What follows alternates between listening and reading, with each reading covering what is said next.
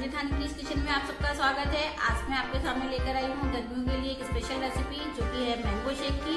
उसको बनाना बहुत आसान है, बहुत इजी है।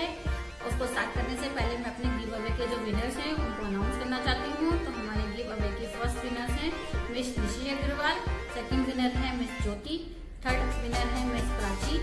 तो गाइस कांग्रेचुलेशंस, आप लोगों ने हमारे गिव अवे में पार्टिसिपेट किया, हमारे चैनल को बहुत मोटिवेट किया। लेकिन आप लोगों के गिफ्ट जो है वो जल्दी ही आपको लॉकडाउन फिनिश होने के बाद आप लोगों तक पहुंचा दिए जाएंगे। तो ये था हमारे गिव अवे के विनर्स। तो आते हैं हम अपनी रेसिपी पे। चलिए मैं अपनी रेसिपी जो है